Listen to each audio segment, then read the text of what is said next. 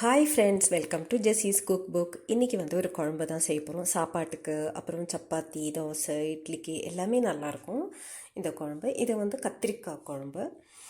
கத்திரிக்காயில் பிஞ்சு பார்த்து வாங்குங்க. பிஞ்சு கத்திரிக்காய் வாங்கிட்டு இது நீள நீளமாக கட் பண்ணி நீங்கள் இந்த குழம்பு செஞ்சு பாருங்கள். கத்திரிக்காய்னாவே பிடிக்காதவங்களுக்கு கூட கத்திரிக்காய் ரொம்ப பிடிக்கும். இதை கண்டிப்பாக ட்ரை பண்ணுங்கள் ஃப்ரெண்ட்ஸ். இப்போ ஒரு பேன் வச்சுருக்கோம். அதில் கொஞ்சம் ரீஃபைண்ட் ஆயில் ஊற்றிருக்கேன். கொஞ்சம் நம்ம கடுகு போட்டுக்கலாம். கடுகு நல்லா வெடிக்க ஆரம்பிச்சிருச்சு. இப்போ ஒரு 1/4 டீஸ்பூன் வெந்தயம் நம்ம போட்டுடலாம். அதேமாதிரி 1/4 டீஸ்பூன் ஜீரகம் போட்டுக்கலாம். ஒரு 1/2 டீஸ்பூன் சோம்பு நம்ம போட்டுக்கலாம். 2 மிளகாய் போட்டுக்கலாம். இப்போ நம்ம சின்ன வெங்காயம் ஒரு 20 போட்டுக்கலாம்.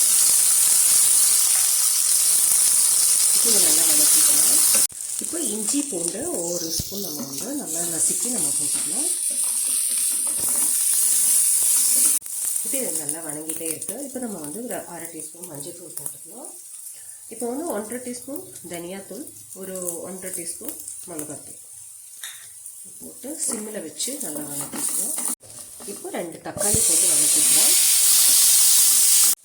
இப்போ நம்ம இதுக்கு தேவையான அளவுக்கு உப்பு போட்டுக்கலாம். இப்போ நம்ம கத்திரிக்காய் கட் பண்ணி, நல்ல பிஞ்சு கத்திரிக்காய் கட் பண்ணி தண்ணியில் போட்டு வச்சுருக்கோம். நீளமாக கட் பண்ணி இது நம்ம இதில் போட்டுக்கலாம். போட்டு லைட்டாக வதக்கிக்கலாம். இப்போ நம்ம 2 நிமிஷம் மூடி வச்சுக்கலாம்.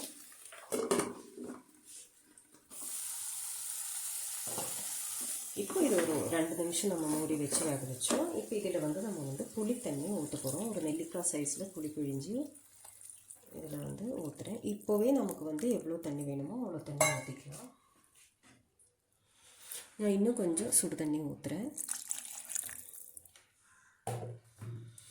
இப்போ நல்லா கலக்கிட்டு நம்ம மூடி வச்சுக்கலாம். இன்னொரு 5 நிமிஷம் நல்லா வேகட்டும். மூடி வச்சுக்கலாம்.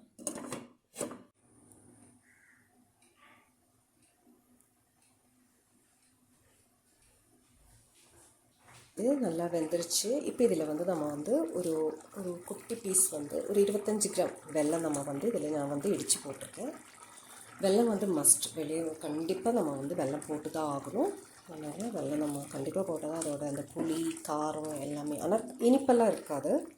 அதனால் கண்டிப்பாக நம்ம ஒரு 25 கிராமாவது நம்ம போட்டி ஆகணும். நல்ல டேஸ்ட்டாக இருக்கும். வெல்லம் இல்லைன்னா சுகர் போட்டுடுங்க. ஒரு 1/2 டீஸ்பூன் 3/4 டீஸ்பூன் சுகர் நீங்கள் வைக்கிற குவான்டிட்டி அனுசரித்து ஒரு 1/2 டீஸ்பூனோ 3/4 டீஸ்பூனோ போட்டுடுங்க. இது நம்மளுடைய குழம்பு ரெடி ஆகிடுச்சு. நம்ம கறிவேப்பிலை போட்டுக்கலாம்.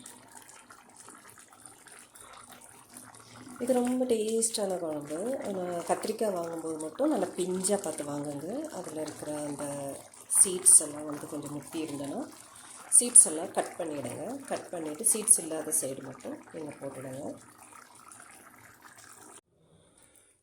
இப்போ ஆஃப் பண்ணிவிட்டேன். நம்மளுடைய குழம்பு ரெடி ஆயிடுச்சு. இது ரொம்ப டேஸ்ட்டாக இருக்கும். கண்டிப்பாக ஒன்ஸ் ட்ரை பண்ணுங்கள்.